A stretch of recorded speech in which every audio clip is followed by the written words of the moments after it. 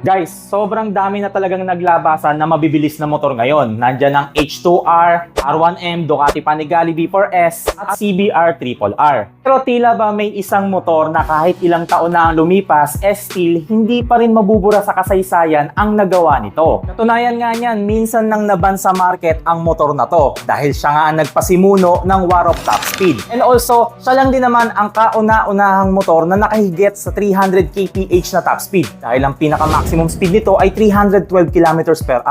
Ganun kabilis. Guys, marahil kilala nyo na kung sino ang motor na tinutukoy ko. Ito lang naman ang legendary bike ng Suzuki, ang Hayabusa.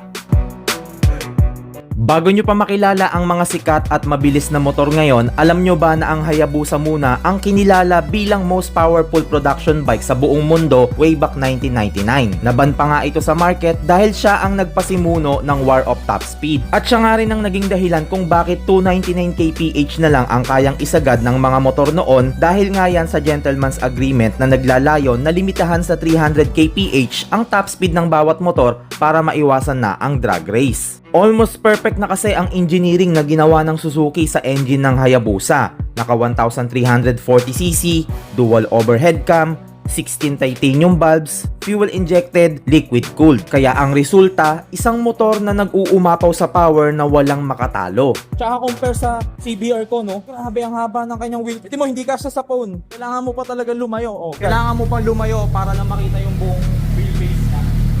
Ganyan kahaba yung Hayabusa. Grabe yung wheelbase niya. Unlike sa CBR ko, ayan, isang ganyan nakita na agad siya. Pero siya hindi eh. Oh.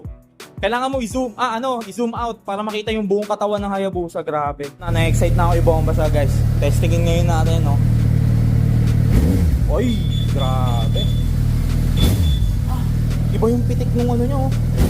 Throttle, oh. Kumakalabog talaga. Tapos, responsive. Grabe guys, oh. Kung anong pitik ng kamay ko, yun din talaga yung pitik, oh. Oh. Oh. Nagabog talaga. Ita-test ride na nga natin, no, Hayabusa. Feel ko lang, no, kung ano ba pakiramdam na magmaneho ng ganito kalaking motor. Woo! May isang bulusok siya, guys. Woo! Talagang sumisibat. Grabe itong motor na to. Shit! Doable naman yung pagbabanking sa kanya, no, yung paglilin. Pero may power talaga, oh. Grabe guys. Ang lakas. Ito na yung totoong challenge dito. So pag mag-U-turn ka, no, mag-iiwan ka na ng konting espasyo dyan, no, para may leverage ka pa pag magta-turn ka. So yan, no, doable naman. Ayan na guys. Woo! Grabe. Oy! Oy! Oy! Grabe, lakas! Talagang hinihiklat niya ako, guys. Hindi ka mabibitin dito, oh. Hindi ka mabibitin talaga. Kayang-kaya mong umovertake talaga. Woo! Sarap! Ngayon, alam ko na ang reason kung bakit tinawag na hari ito dati. King of sports bike. Napatunayan ko sa sarili ko dahil nagamit ko na siya. Dati binabasa ko lang yung specs niya eh. Ngayon it makes sense na. Bago tayo magpatuloy, kung naghahanap kayo ng phone na pang gaming, pang vlogging, or pang personal use, pwede kayong mag-avail kay Kitang Aya Phone Shop. Isa nga siya sa mga most trusted phone seller ngayon. Mall pull out pero quality ang performance, kaya para ka pa ring bumili ng bago. Kaya kung naghahanap ka ng cellphone na pang regalo, i-check mo lang yung Facebook page nila.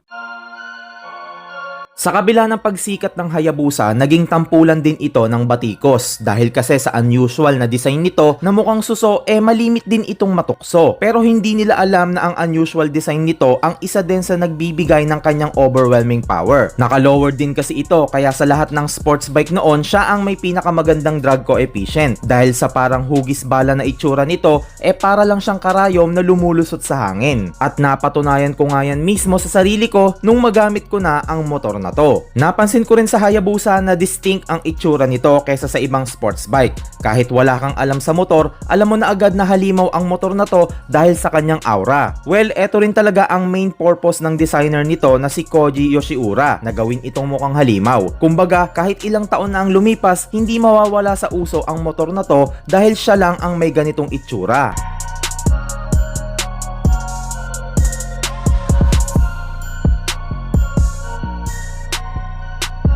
Guys, kung makikita nyo nga yung kanyang panel, no, sobrang maraming nangyayari nga dito. Actually, lahat talaga ng information na kailangan mo sa Hayabusa nandito na. RPM, analog siya, no, tachometer, kanyang speedometer, and also yung kanyang temperature. Dito naman yung kanyang neutral, gear indicator, odometer, fuel gauge, and lahat nga ng mga information talaga dito sa motor na to nandito na. Makikita mo lang talaga sa harapan mo. Grabe guys, kompletong-kompleto. Kaya pala sikat na sikat talaga yung Hayabusa noon kasi way back 1999, siya na kagad yung pinaka-advanced na motor, no? Kasi kung makikita nyo, nandiyan na lahat ng mga detalye sa motor niya. Unlike dun sa iba, talagang speedometer lang talaga tapos yung kanyang RPM gauge, no? So yun lang.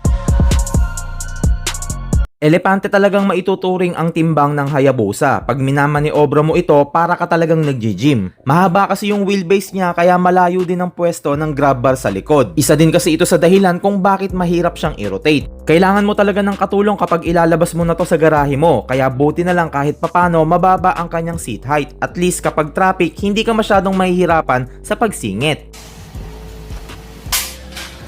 Ang hirap ibaba. So, ang taas nga nung clutch lever for safety para hindi ka mag-stall. Usually kasi kapag mababa yung clutch lever, lagi namamatayan yung ibang gumagamit ng big bike. Pero kahit mataas yung clutch nito, hindi siya may clearance pa rin siya. Kung makikita nyo, 1 inch pa rin yung clearance niya. Kailangan din kasi ng clearance sa clutch lever kasi mababasag yung clutch lining katulad nangyari kay Toothless dati. Kung makikita nyo, ayan pinipindot ko. So hindi siya nag-e-engage. Diyan pa lang siya mag-e-engage. Yun nga lang, based on my experience, mangangalay yung kamay mo sa kanya. Syempre yung force, so nakatungo ka, syempre nakadagan yung timbang mo sa manibela, kaya eventually mararamdaman mo yung ngalay. So yan, ngayon nangangalay ako ngayon. Both hands, no. Ayun, makita nyo, bakat yung manibela dito. Meaning high pressure talaga siya. So talagang nakatuon talaga. Ayun, namumula. Meaning may bigat siya sa unahan. Suitable ba sa traffic ang Hayabusa? So since malakas sa torque ang Hayabusa pag naka first gear, recommended ko sa kanya kahit mga second or third Siguro kung ikaw ay torque guy, ma-enjoy mo to. Pero kung ikaw ay typical na rider lang na first time mo nagamit to, highly suggested second to third gear kasi grabe talaga guys. Hindi biro to.